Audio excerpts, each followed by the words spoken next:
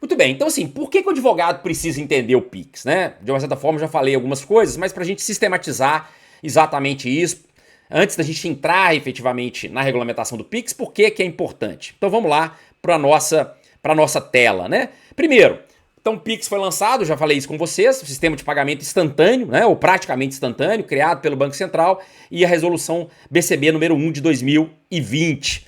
Ele torna-se o principal meio de transferência nas fraudes bancárias. Então ele torna-se hoje, é o principal meio, praticamente todas as fraudes, se não todas, vai utilizar o Pix como um meio para a ocorrência, para a prática da fraude, né? Então, é o envio do Pix para a conta dos fraudadores. Basicamente vai ser isso. Só a engenharia que vai ser diferente.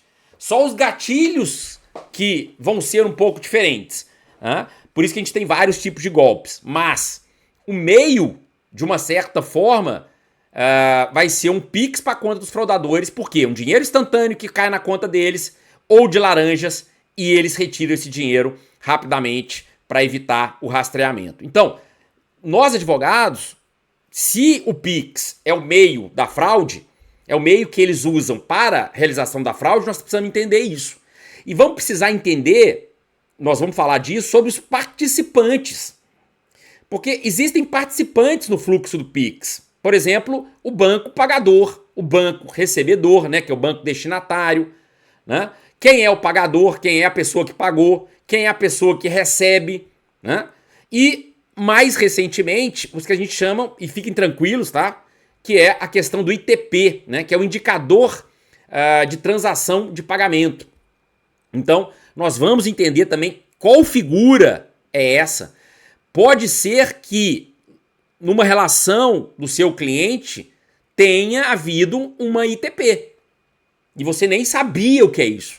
Mas hoje está previsto na regulamentação do Pix, né? A gente vai explicar com calma o que é ITP, mas já estou anunciando para vocês que é um participante. Pode ser um participante, não necessariamente, mas pode ser um participante, ou seja, uma empresa que ela vai realizar o pagamento, né? Normalmente um aplicativo que você realiza a transferência por meio daquele aplicativo e ele também terá deveres regulatórios e, portanto, você pode indicar falha também dessa empresa no fluxo do Pix, e aí a gente vai falar disso mais para frente, com mais tranquilidade. Fiquem tranquilos, é só para poder já mostrar para vocês que há esses operadores.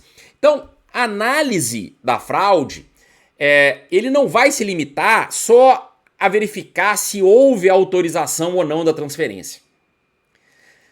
Repito, já tenho dito isso no curso várias vezes. Aquele advogado que ainda se limita a verificar se foi a cliente dele que fez ou não a fraude, está totalmente equivocado. Por quê? Porque aí ele só pega ações em que houve uma falha de segurança do banco, quando o fraudador entrou no sistema bancário e fez.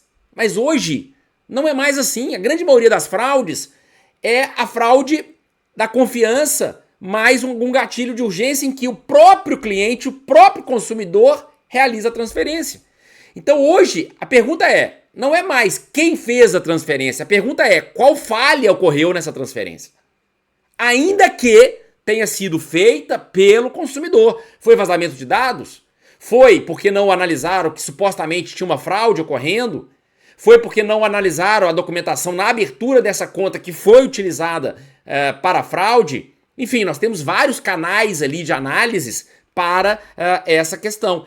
E aonde que eu vou encontrar isso? Na regulação.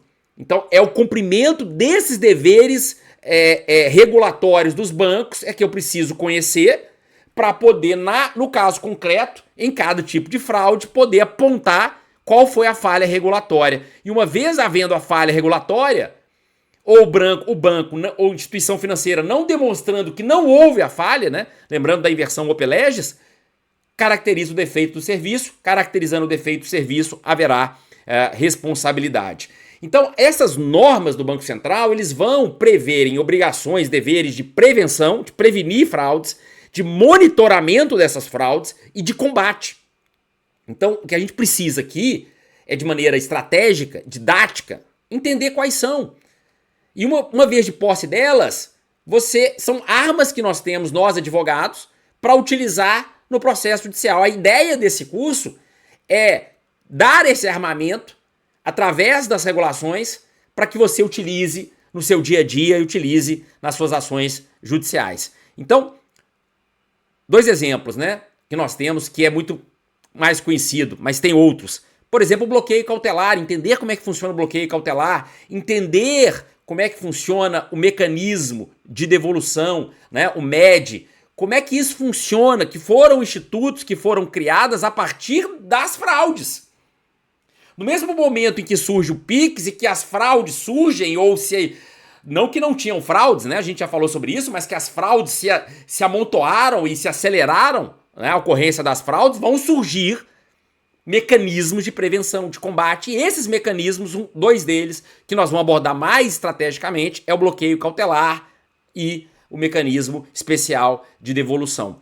E tem outros, tá? Vão ter outros sistemas que, quando a gente entender o fluxo do Pix, vai ficar mais fácil. Então, meu objetivo nesse momento é que você entenda e você concorde comigo que entender essa regulamentação, ou pelo menos a regulamentação no tocante à fraude, ele é essencial. Advogado que não entende isso, ele está perdendo uma arma fulminante numa ação judicial. E eu vejo muitos advogados ajuizarem ações e não citarem sequer nenhum dever regulatório com base na resolução do Pix, tá? Então isso é um erro que o advogado comete. Nós estamos aqui para nos capacitarmos, estarmos preparados para quando esse tipo de demanda chegar, e é uma demanda muito, muito grande, e eu quero te ajudar nessa empreitada. Tá legal? Vamos em frente no estudo do